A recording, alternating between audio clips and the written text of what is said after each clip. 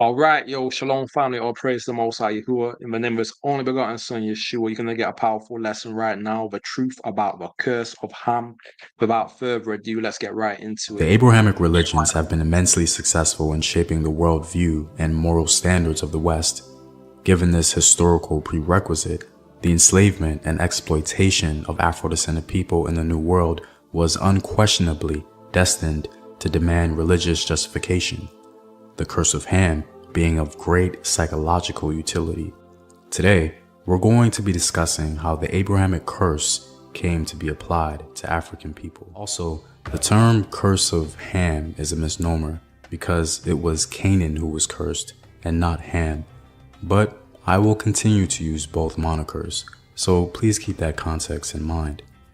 There can be no doubting the impact of the Abrahamic religions on the African continent and Afro-descendant people as a whole. Its influence in shaping our minds is unassailable. The Abrahamic religions has even shaped African oral history, as elite converts to Islam in medieval times throughout various West African states modified their traditions in efforts to affirm the place of their historical figures in the greater Quranic narrative. Despite the benefits of conversion for many elite Africans, improving economic opportunities and access to global advances, there has been a rather dark undercurrent, seldom addressed, which indicted entire groups of African peoples, forming a spiritual caste system. This invisible yet ubiquitous system was the Abrahamic belief in the curse of Ham.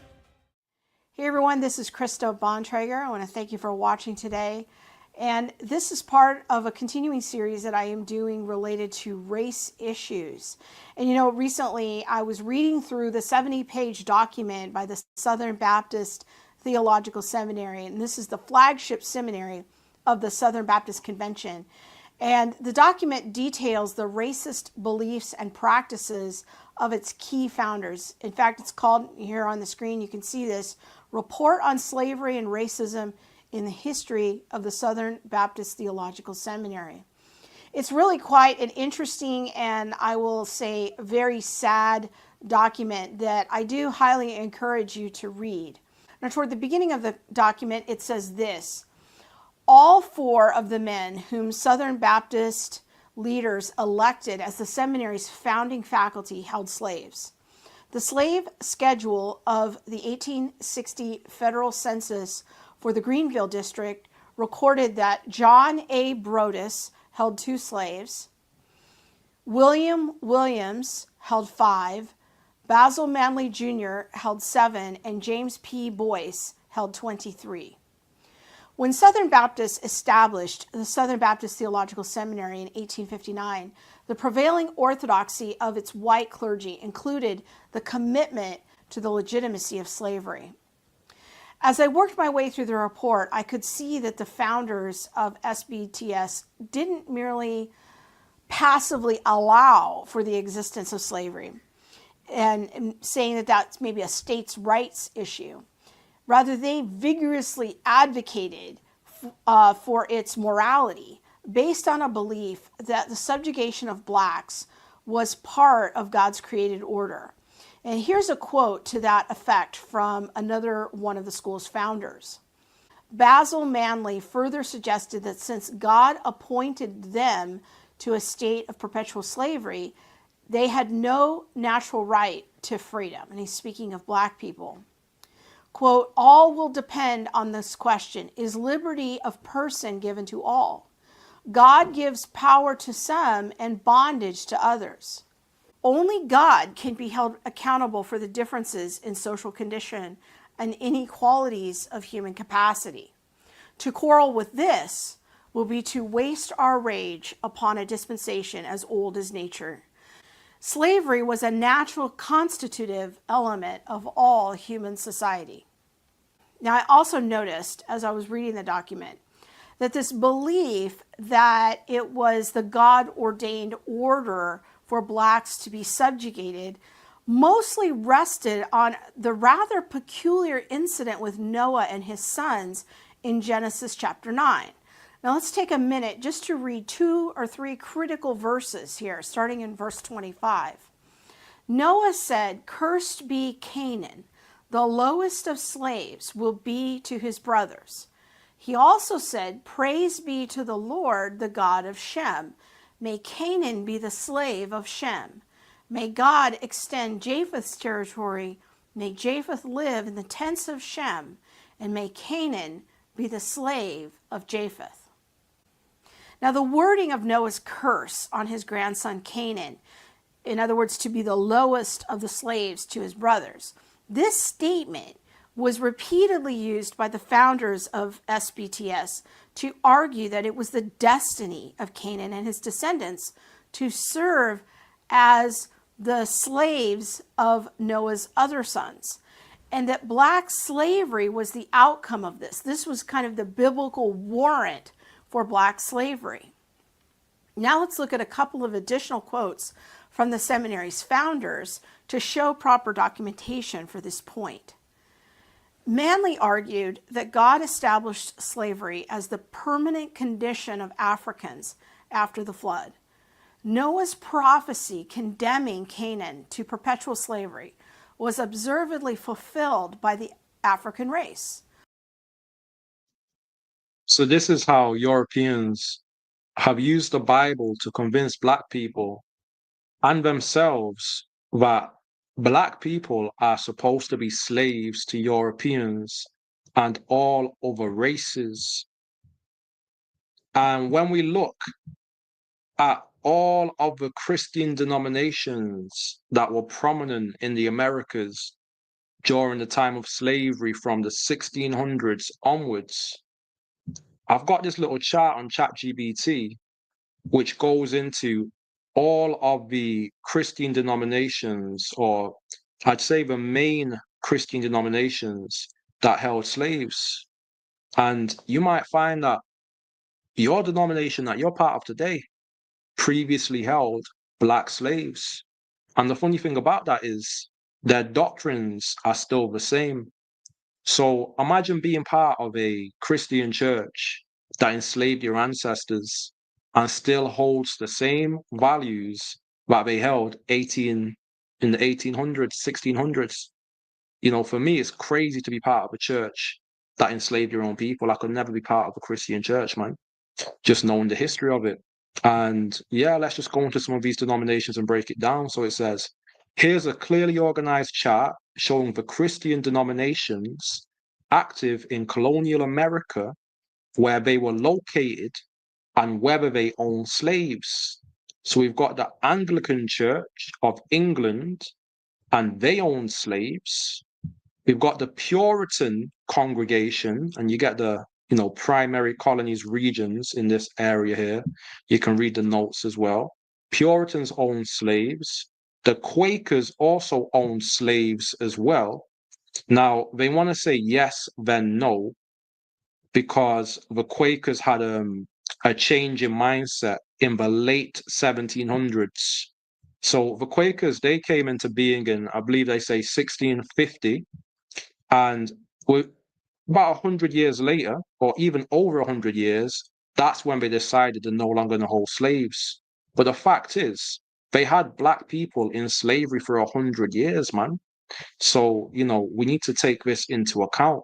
How can you be part of a religious system that literally taught that it was God's will to enslave black people because the curse of Canaan is upon black people, which is a false interpretation of that passage, or they used it for their own benefit to teach that we black people are a kind of subhuman, destined to be inferior to them. Look, we've got the Baptist Church, Dutch Reformed Church, Lutherans. I'm not sure how to say that. I think it's Huguenots, a French Calvinist church, and the Roman Catholics. They all held slaves. All right. And so-called Christianity is just an offshoot of many of these churches today. So we know Christianity is tied to black slavery. So, I wouldn't advise being part of a Christian congregation if you're a black person, because it's the same religion that enslaved your ancestors, man. And look at their literature. Look what they say about black people. They say here, Canaan to perpetually slavery, or it says Noah's prophecy condemning Canaan to perpetual slavery was observably fulfilled by the African race. So they're saying that the fact that we was enslaved to them is evidence that we are the Canaanites, that we were the ones that were cursed to be their servants. Quote, whatever interpretation you choose to give, look at the facts. That man's race in all times, in all countries, not excepting his own, has been in a state of servitude. In Africa, 3/4 are slaves. Efforts have been made at different points to civilize them, unquote, but without success. Quote, from age to age they have fulfilled this saying of Noah, if it be not meant of them, of what people is it meant? The report continues a few pages later. It says this, God has established that slavery was, quote unquote, essential to the existence of civil society, and that God had appointed Africans to serve as slaves forever. Quote, from Ham were descended the nations that occupy the land of Canaan, and those that now constitute the African or Negro race. Their inheritance, according to prophecy, has been and will continue to be slavery. So they boldly said that the inheritance of black people is to be the slaves of the Europeans forever. So it's funny when we're taking a critical look at the Bible in today's time and we're realizing that the Israelites of the Bible were Negroes and that we are those people and that we are the Israelites that have been scattered into the four corners of the world, awakening to our heritage and to our God in these last days. And when we look at the scripture, we realize the Most High prophesied that all nations that have led us into captivity will go into captivity, Revelation 13 and 10, and that they're going to be the ones that are going to be subjugated to our people. And when we say these things, they look at us like, how can you say that other nationalities will become servants of black people? They say, that's crazy for you to say that. They condemn us and say, you're using the Bible the wrong way. You shouldn't be talking about how the Bible is destining people to become servants. But for the past 400 years, 500 years, and even beyond that, when we're going to go into the origin of this curse of Ham, we're going to see that they've been using the Bible to justify the subjugation of black people to Arabs and Europeans for the past 1,000 years. So now we in the last days are realizing the Bible was actually always talking about how everyone is going to be rightfully under our rulership. And they're saying we're crazy for saying that.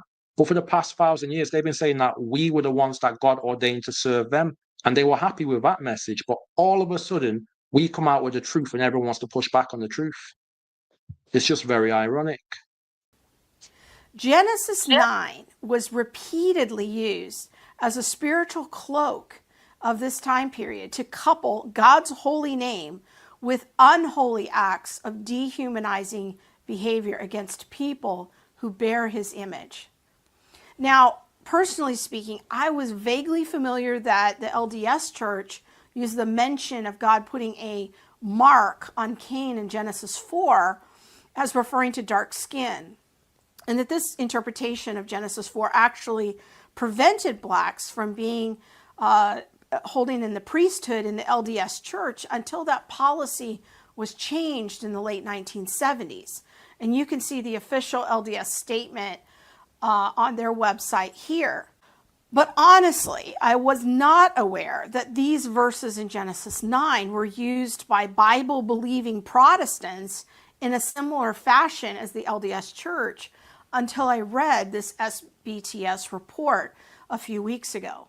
The Book of Mormon says, and there's a quote here, that there was a blackness that came upon all the children of Canaan, that they were despised among all people. What does that mean? We believe that the blacks are the descendants of Cain, that the the darkness was a curse that God placed upon them for the murder of Abel. But Ariel, to say that black people are cursed, that sounds racist.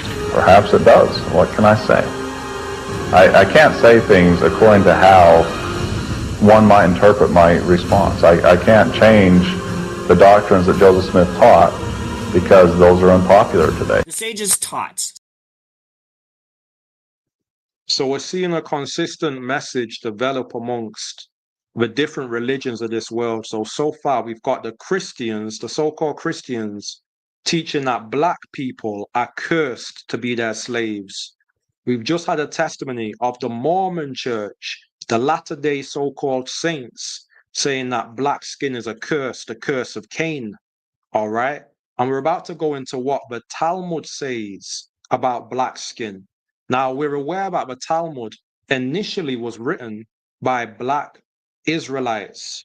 But what we're going to see is that these Ashkenazi converts into Judaism started to form their own commentaries of the Talmud in the Middle Ages, in the medieval times. So we're talking within the past 1,000 years, and they have very strong anti-black sentiments that they've put within the Talmud.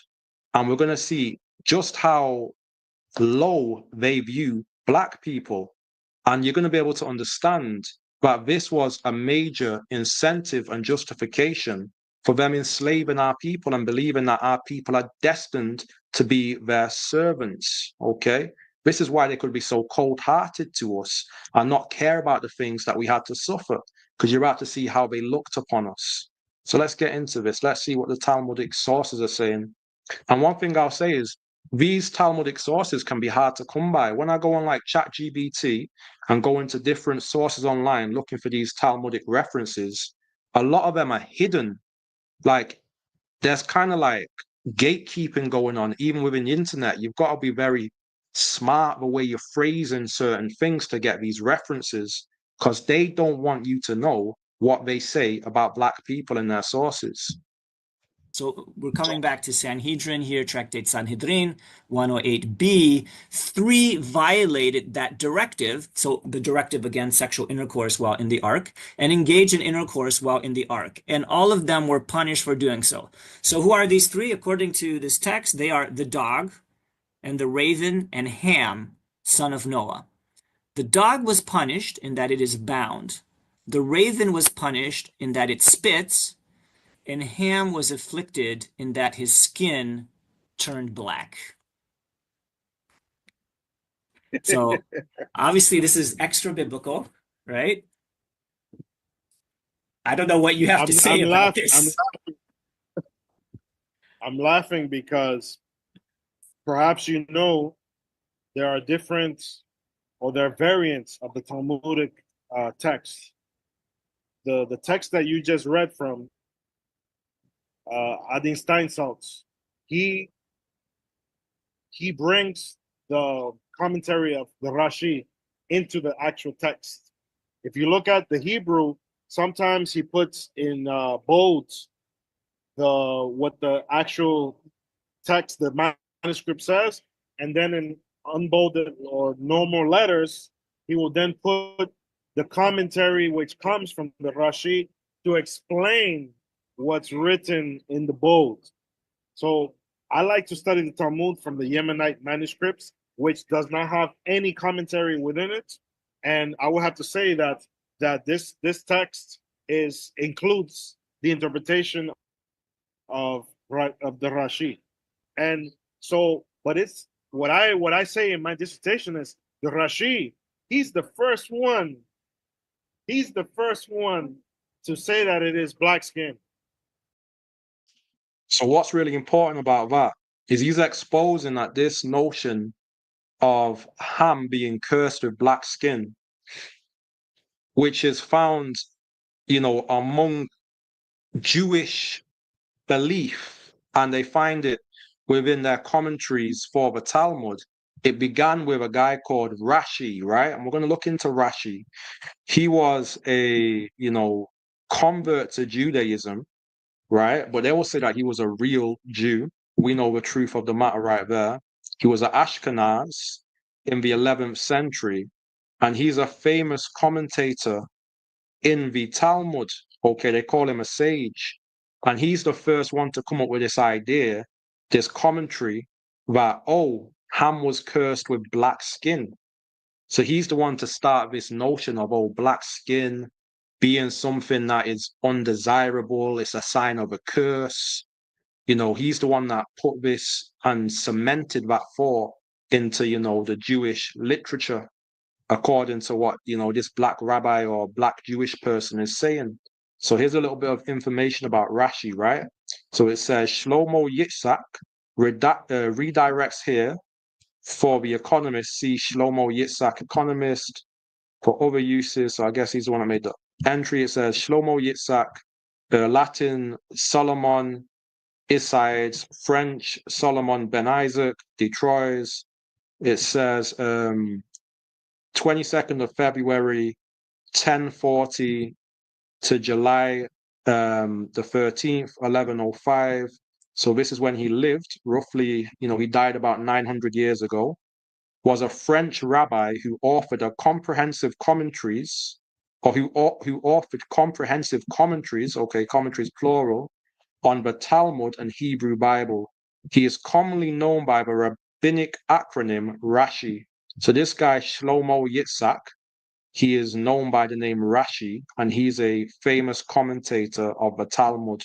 So the Talmud gives people's different debates that Israelites had on passages of the Bible, and he comments like his interpretation of the different, you know, perspectives people held on certain verses. And in his commentary of Genesis chapter 9, he states that he believes Ham was cursed with black skin. Okay, so this 11th century Ashkenazi Jewish man, you know, he clearly didn't think very much of black skin. All right. It says, born in Troyes. Let's see what that is.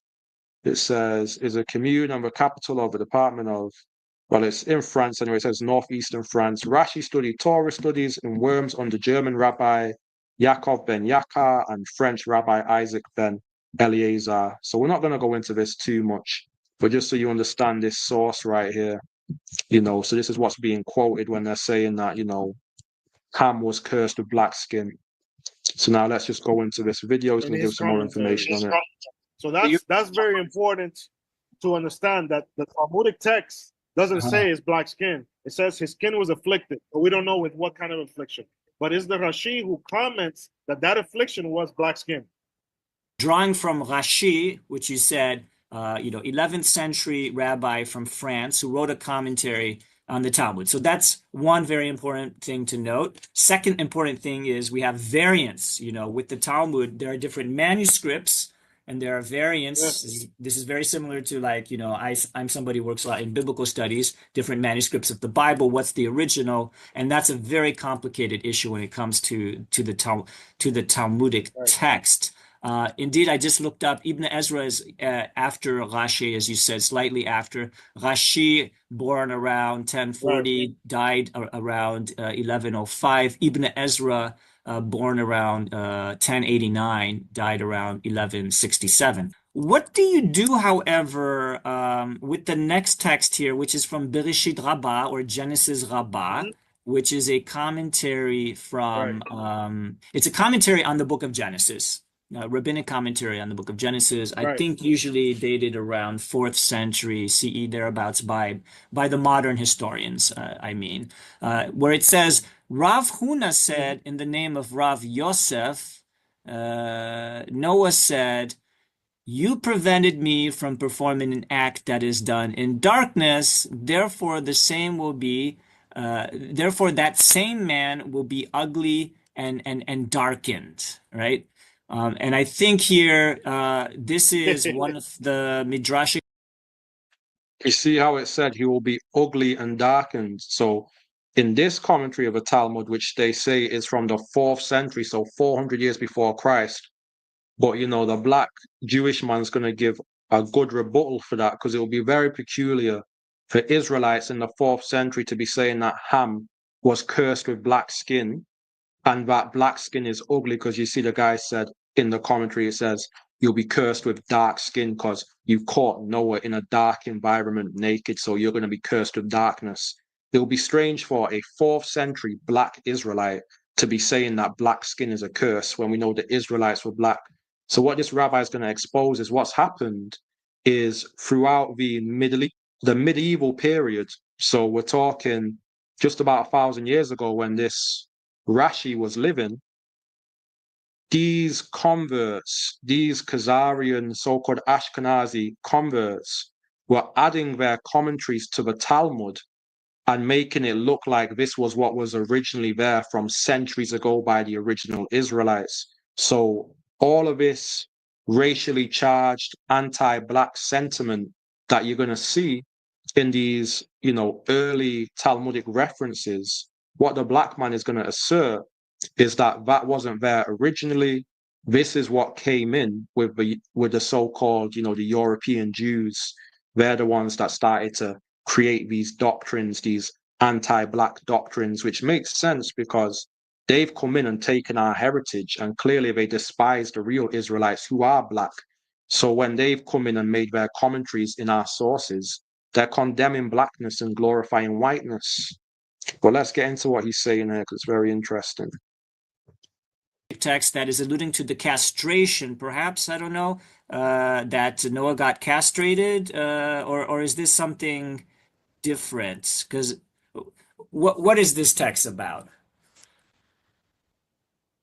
So this Midrash Rabbah is very interesting.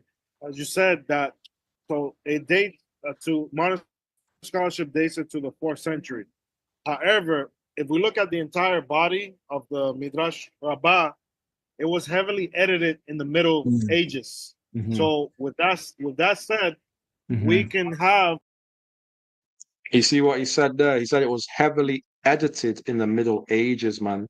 So I've not verified that myself. I need to look into that, but that would make sense, man, that these converts would come into, Judaism and then edit the sources and commentaries that we provided of our text to suit what they want to believe, okay? So when you see the anti-blackness in these Talmudic sources, you need to question, was this there originally? Or when these white people came in, taking our heritage, taking our faith, did they add these anti-black, verses in there that is being discussed by these two individuals? Different, because what is this text about? So this Midrash Rabbah is very interesting. As you said, that so it dates to modern scholarship dates it to the 4th century. However, if we look at the entire body of the Midrash Rabbah, it was heavily edited in the Middle Ages. So with that said, we can have already the Rashi's influence within the Midrash Rabbah that comes to us afterwards. So that's the first thing that I would say about that. And I would say that maybe even if we were to, not that I'm trying to sugarcoat the Talmud or minimize the matter here, but even if we were to say that Ham was cursed with darker skin or black skin, we don't have, and here I'm drawing from David Goldenberg, his book, The Curse of Ham, which I think is a great book that he published in 2000. And what's funny is the Bible makes no mention of Ham being cursed with black skin. There's no mention of Ham being cursed directly. His son is cursed. You could say Ham is being cursed by the fact that his son is being punished. But Ham is never cursed in the book of Genesis chapter 9, other than his son becoming a servant. There's no mention of his son's skin color changing or his skin color changing. So clearly the people that added this non-biblical idea, into the interpretation, they had some agendas. They clearly had some hatred for blackness, and they wanted to ascribe that to some curse that comes from the origin of, mankind post the flood. So they're trying to craft a worldview where at the beginning of black civilization, post the flood, our civilization, our race was basically destined to be cursed. And that's not found in the scripture. but they want to attribute, blackness to Ham. They say all black people descend from Ham, and then they'll tell us that, yeah, and black people are black because Ham was cursed with black skin. They want us to believe that Ham wasn't black initially, that Ham was white and Noah and everyone was white, and then he was cursed with blackness, because if the Talmud is saying that Ham was cursed with blackness, it means he couldn't have been black before that. So they're trying to teach us in these Jewish sources, these people who believe these sources, they believe that black skin is a byproduct of a curse, just like Mormons believe that black people are only black because of the curse of Cain or the curse of the Lamanites. Okay, so we see all of these anti-black doctrines that these Gentiles have to try and tell us that our nationality is cursed based upon our skin color, which is ironic because when you look at the scripture, the only complexion that is considered a curse, which we can see clearly within the book of Leviticus chapter 13, is white skin. It's called leprosy, and yellow hair in Leviticus 13:29 to 31. You don't need to go and twist the scripture, go to any commentary. Right there in the word of God in Leviticus, the only skin complexion that was considered a plague or a curse was white, was leprosy. But they want to impose all of this false belief of Ham being cursed with black skin to try and diminish the blackness of the Bible and glorify white skin and condemn black skin. All right. Well, let's get back into it. 2003 with Princeton University Press, we don't have a combination yet in the classical rabbinic literature. So by classical, I mean rabbinic texts from the first 6 centuries, like the Talmud, like the Midrash Rabbah of Genesis. We don't have a combination of the curse of dark skin with the curse of slavery to then justify the enslavement of blacks. That doesn't happen until much later. Right. So it's posterior to the Talmud. It's posterior to the Talmud. Yes. And that's where my dissertation is very important, because this is unfortunately, one of the contributions that Portuguese Jews bring into the Netherlands. That's what I argue in chapter 3 of my dissertation, which talks about the curse of Ham. There's a lot of literature that speaks about Dutch theology and how they interpreted these passages from the book of Genesis, chapter 9, chapter 10. And before the 17th century, the Dutch did not connect Africa with blackness and slavery, whereas Jews were already doing this in Iberia. And I bring that in chapter 3 in my dissertation. We have, for example... So he's exposing that this was like a Jewish thought that they started to spread, man, of black people, Africans, that we are destined to be slaves because of the curse of Ham. This is something that they were big proponents of, man. They're like a big reason to why the Christians believed that we were, their rightful slaves. Because as we could see what that woman was talking about the Southern Baptist Church, how they believe that Africans are destined to be slaves because of the curse of Canaan. Well, the Bible never says that, black skin is attached to the curse of Canaan and that we have a cursed skin. This was what these commentators of the Talmud, like, what's his name? Rashi was saying. And you can see how this Jewish thought got adopted by the Christians, and then they used it against us to enslave us. Don Isaac Barbanel, who comments the entire Tanakh. And in his commentary, he brings this notion of blackness and slavery. We have also Maimonides in his Dalalat Ha'ayrin, Guide for Perplexed. There's a passage where it's a parable dealing with a palace and the king, and he mentions the extreme Turks and Aljanj in Arabic, referring to those people from the south, like Ethiopia area, who are dark-skinned. Depending on who's translating the Arabic, they're translated, the blacks of the south and the Turks of the north. So That's what you see like in Solomon Pines or Michael Freelander's translations of Guide for Perplexed, which was written in Arabic originally. So, and we have others like Radak, David Kamhi, who is from Narbonne, which is northern Spain at the time. And when he juxtaposes beauty and ugliness, he juxtaposes beauty with white, ruddy skin and dark hair. When he describes Rachel, the wife of Jacob, says she's beautiful. She has white, ruddy skin and dark hair. So he's kind of projecting his own image of. The irony is, for those who know what ruddy means brown like a brown cow. Like the red heifer, it's the same word, brown like a brown horse, like the red horses of Zechariah 6, man, or Zechariah chapter 1. So, they're trying to say that Sarah and Rachel or Rebecca was beautiful because she was white and ruddy. The Bible, white and ruddy is a contradiction. You can't be white and ruddy. Ruddy skin is not white skin. In the Bible, white skin is leprous skin. But they try and contrast blackness with ugliness in their commentaries and glorify whiteness.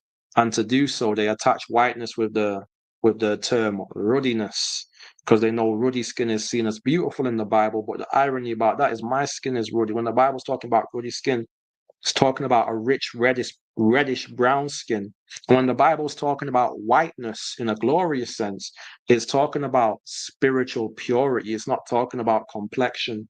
But what they wanted to do, to glorify whiteness, when these white-skinned people came and took our, heritage and claimed to be the people of the Bible, they started to try and glorify white skin by using the verses that say white is pure and applying it to their skin complexion. And applying it, and then trying to say that Sarah, the wife of Abraham, was white as well, which is kind of crazy, man. Beauty onto the text. Yeah.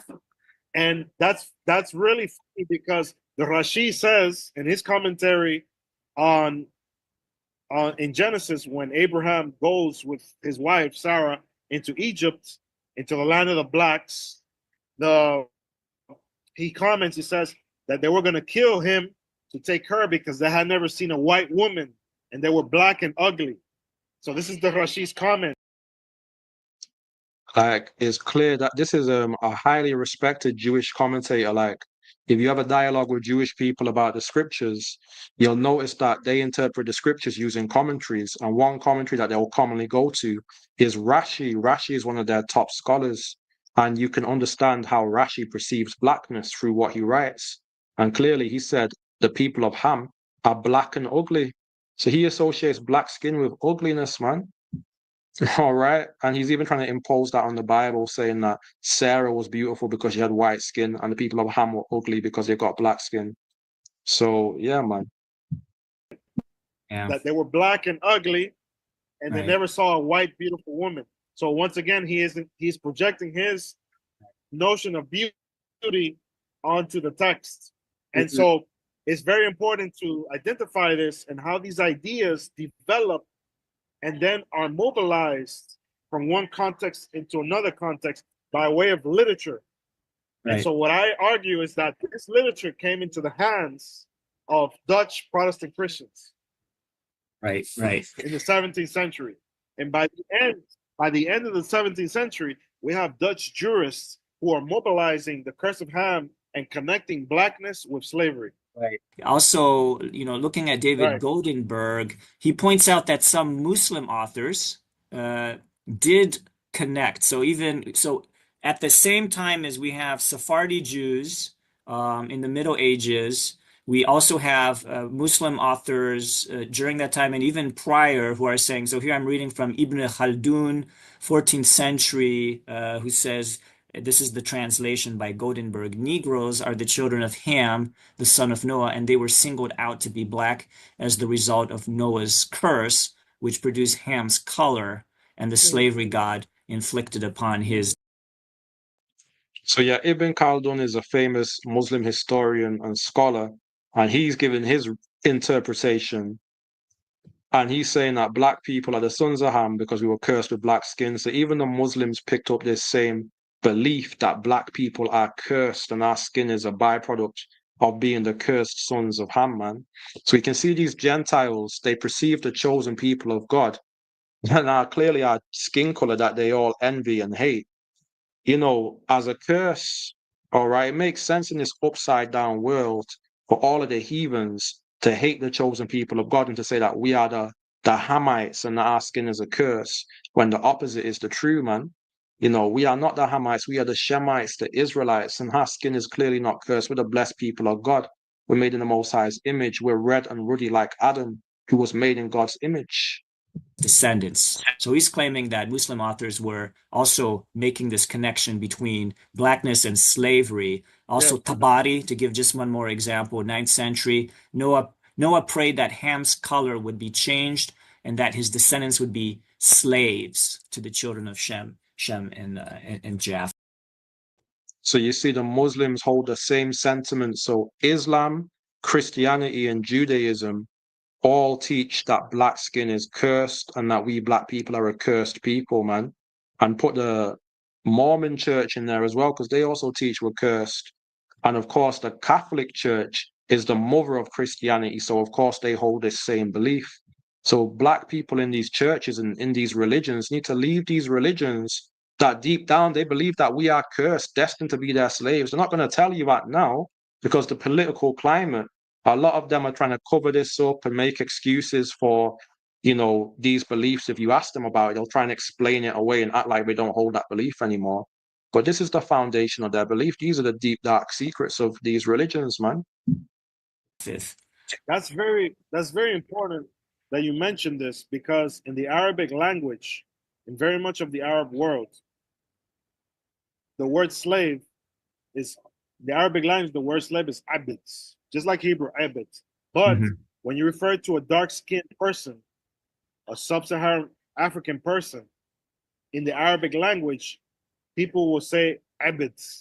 So they equate it linguistically, a dark-skinned person with a slave linguistically. So they are constructing this type of othering. And yes, a type of othering which disenfranchises dark-skinned people through their construction of language. Right.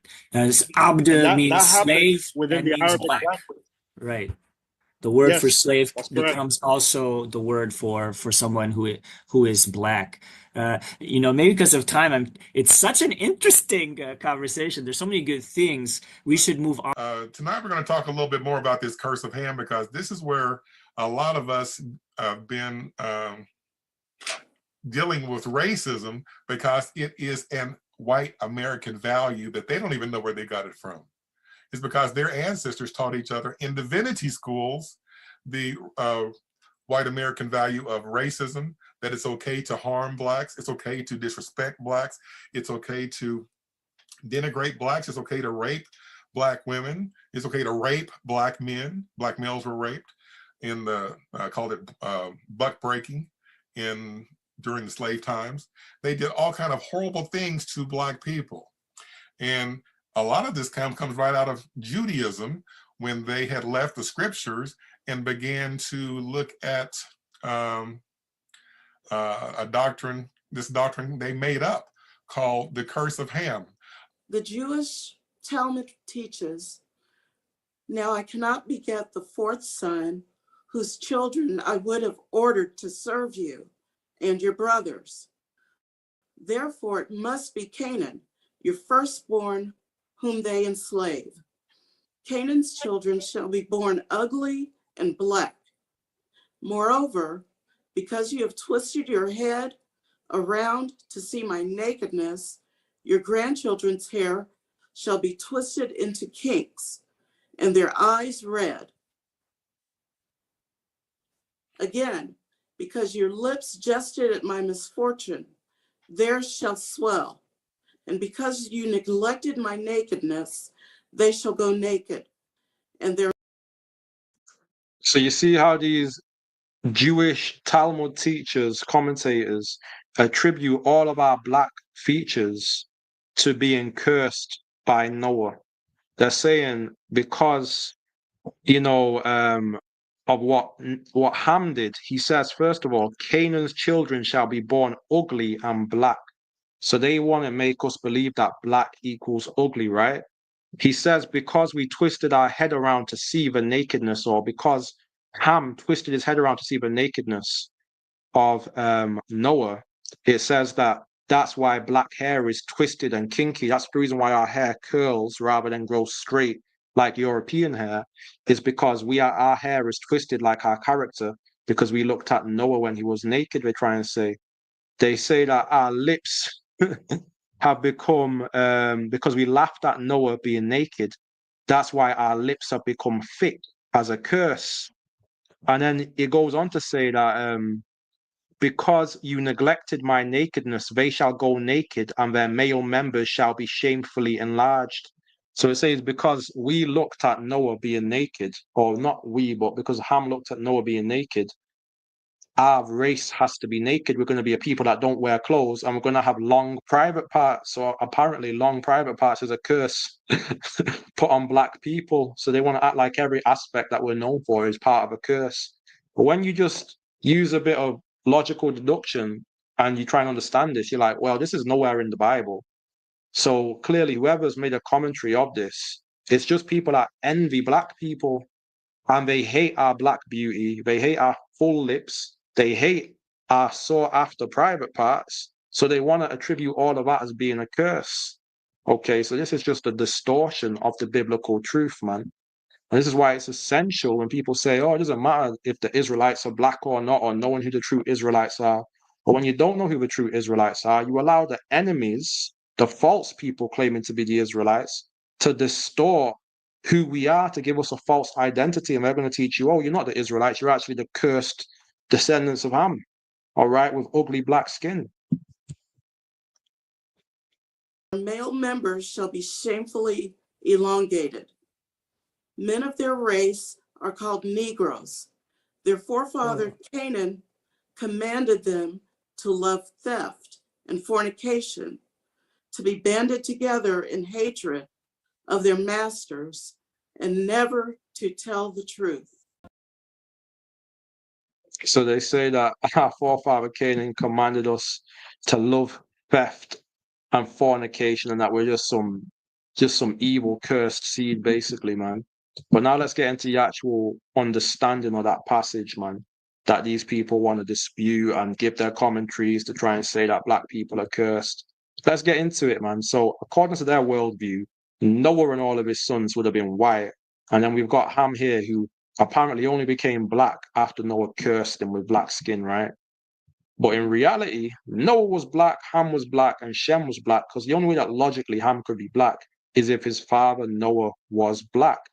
So they've got to attribute Ham's skin to a curse, because if they don't attribute Ham's skin to a curse, then they'd have to conclude that Noah was black, because the only way that Noah can have a black son named Ham is if Noah's black. No one who is not black can have a black son, okay, who had a son called Cush, who we all know is the father of the black Ethiopians. So this is how they try to explain away, the obvious truth that the Bible shows mankind started off black, and that clearly Shem, Ham, and Japheth were originally black peoples. This is how they try to get rid of that. But let's get into the true understanding of this passage here. So first off, who is Ham? Genesis 10:1 says, now these are the generations of the sons of Noah, Shem, Ham, Shem, Ham, and Japheth, and unto them were sons born after the flood. So we've got the children of Noah, and this is who we all come from. Genesis 9:1 says, and God blessed Noah and his sons, and said unto them, be fruitful, and multiply, and replenish the earth. So it was their duty, after the Most High had wiped out absolutely everyone off the earth, they had to repopulate the earth. So every single person today, man, woman, and child, we descend from Noah and his sons, Shem, Ham, and Japheth. And learning about Ham, Genesis 10:6 says, and the sons of Ham, Cush and Mitzrayim and Phut and Canaan. So all of this false doctrine today has been centralized around Ham and his son Canaan. So now let's understand this whole account. Okay, what actually went down in Genesis 9? So it's titled Ham Humiliates Noah. And the Jewish commentaries want to say all of this wild stuff. They'll say that what Ham did was he um, sexually assaulted his father. Some of the commentaries say no, he actually castrated his father. You know, they all come out with all this wild stuff that allegedly Ham did to justify such a severe curse that they say was black skin or an affliction in his skin. But when we actually look at the passage, we're going to see what really happened and what was the curse in its actuality. So Genesis 9 and 20 says, and Noah began to be a husbandman, and he planted a vineyard, and he drank of the wine and was drunken, and he was uncovered within his tent. So Noah's planted a vineyard, right? He's got drunk off the wine, okay, and he's laying naked in his tent. Okay, let's see what happens next. And Ham, the father of Canaan, saw the nakedness of his father and told his two brethren without. So it's simple. Ham sees his father collapsed, drunk, naked and drunk in his tent.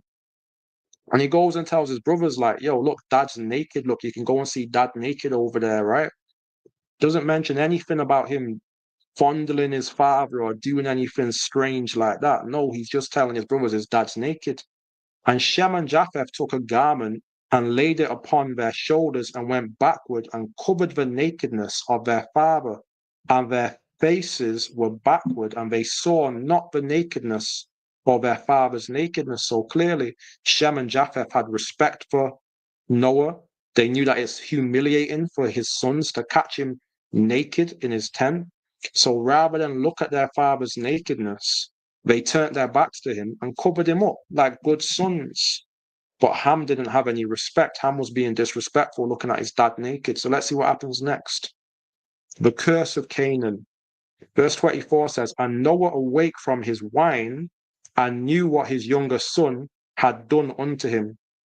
So when it says knew what his younger son had done unto him, here's where a lot of the speculation comes from. A lot of people are like, oh, well, what did Ham do? He couldn't have just looked at him. He must have done something like, excessive. And then they start saying stuff like, oh, well, Ham castrated Noah, or they will say Ham sexually assaulted Noah. It doesn't say nothing like that. We know what Ham did to his father. He looked at his naked body. The thing that Shem and Japheth refused to do, they turned their backs to it. And not only did he look at his naked body, he told his brothers about it. And rather than his brothers go and look at their father naked, they went to cover their father. They went to do the right thing, okay? Verse 25 says, and he said, cursed be Canaan, a servant of servants shall he be unto his brethren. So clearly Noah was very angry that Ham had seen him naked and told his siblings that he was naked, trying to get his siblings to come and look as well. And we're going to understand why Noah was so angry about this, right? So anyway, we can see that Canaan is being cursed. So when they say it's the curse of Ham, that's not entirely accurate. Really, it's the curse of Canaan, because Canaan is the one who the curse came upon. Now, you could say curse of Ham in the sense of Ham is being cursed because his son is being cursed. So if your child is being punished for something that you have done, that's going to affect you as well. So I could say it's the curse of Ham in that sense. Verse 26 says, and he said, blessed be Yahuwah Elohim of Shem, and Canaan shall be his servant. So that's part of the curse. The curse is that Ham's son, Canaan, is going to be a slave to slaves, and he's going to be a slave to his brethren. And now we see that Canaan is going to have to serve the Shemites. And verse 27 says, God shall enlarge Japheth, and he shall dwell in the tents of Shem, and Canaan shall be his servant. So that's part of the curse as well. Canaan's got to be a slave to Shem and a slave to Japheth. No mention of any curse on his skin. Now let's understand why Noah was so angry with Ham. So Leviticus 18 and 7 says, the nakedness of thy father or the nakedness of thy mother shalt thou not uncover. She is thy mother. Thou shalt not uncover her nakedness. So the Bible says you shouldn't look at the nakedness of your parents and hear your father, right? Okay, so this was a sin. This is a sin to look at the nakedness of your parents. Now, this law wasn't given in the time of Ham, but we can see through the wisdom of the Most High, it's not right to look at your parents naked. Okay, and that's what Ham did. He looked at his parent naked, he looked at his father naked, and tried to get his brothers to engage in that sin as well. Now let's see what's so sinful against looking at, your parent naked. Lamentation 1:8 says, Jerusalem hath grievously sinned, therefore she is removed. All that honored her despise her, because they have seen her nakedness. Yea, she sigheth and turneth backward. So the scripture shows that when somebody who's meant to be respected is seen naked, people no longer respect that person. They start to despise them. Like imagine you got caught in your workplace in a nightmare where you're naked and all your colleagues see you naked. Like they're never going to look at you the same anymore because they've seen you at your lowest, most humble, embarrassing moment where they're seeing everything that you wouldn't want them to see. They can see all your weakness, all your insecurity. Okay? So this was a way of Ham dishonoring his father. He was trying to make his brothers have a low respect for their father. Okay, he was trying to humiliate Noah.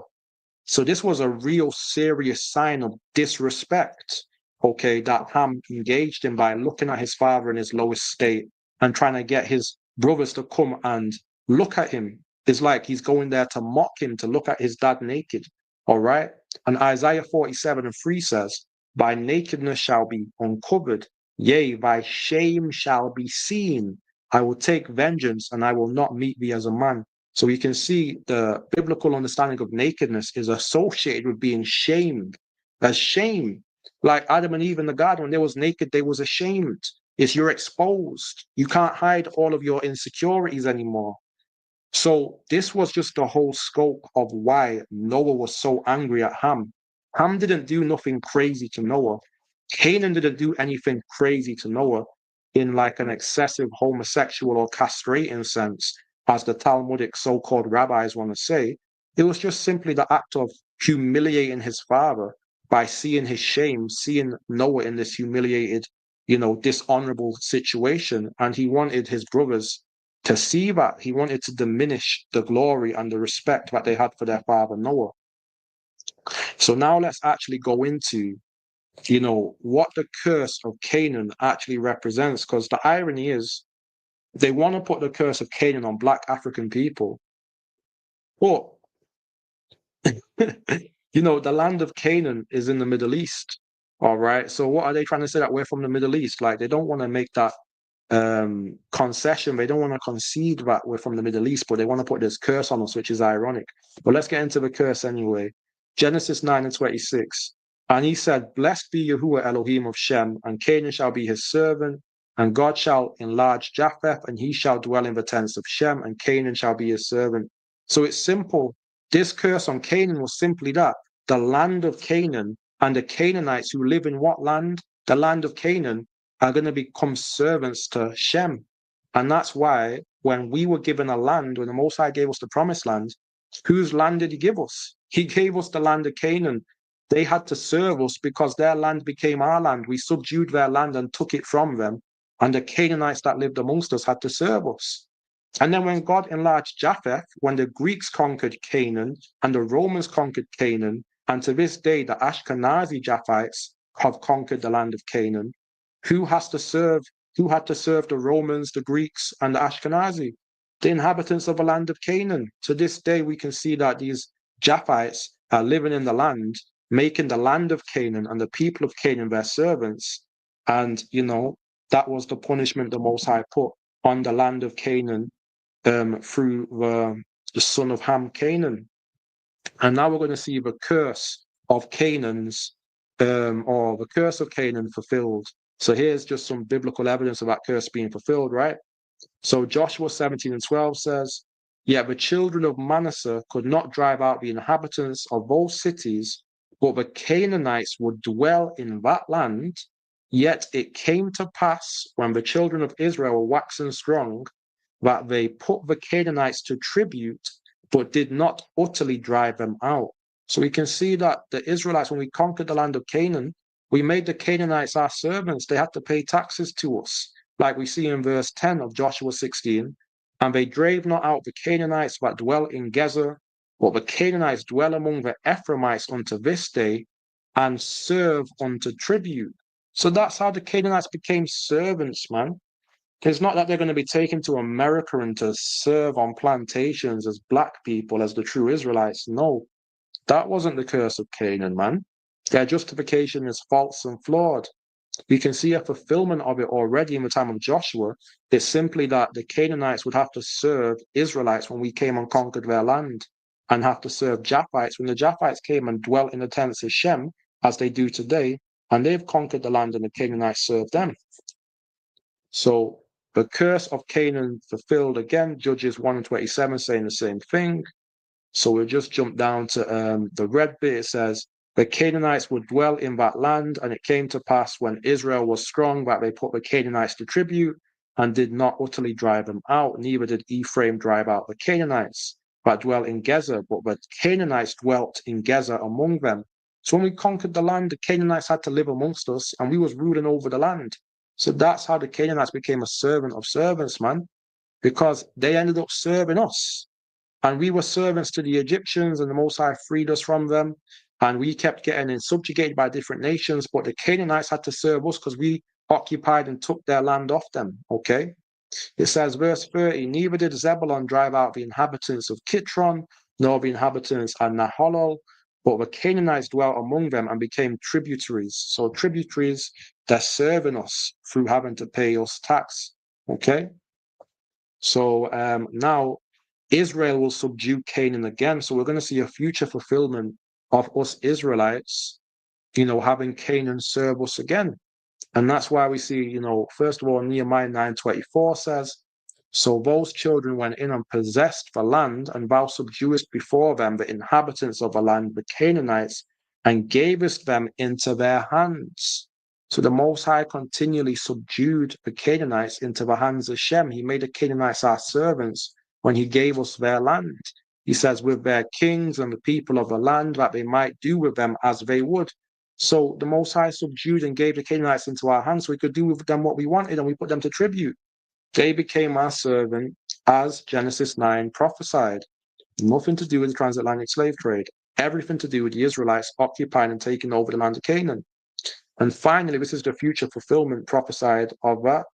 Obadiah 1 and 20, and the captivity of a host of the children of Israel shall possess that of the Canaanites, even unto Zapha, and the captivity of Jerusalem, which is in Sepharad, shall possess the cities of the south. So we can see that the Most High is saying that when he returns our people from our exile, we're going to possess the land of Canaan again, and the Canaanites will have to serve Israel again.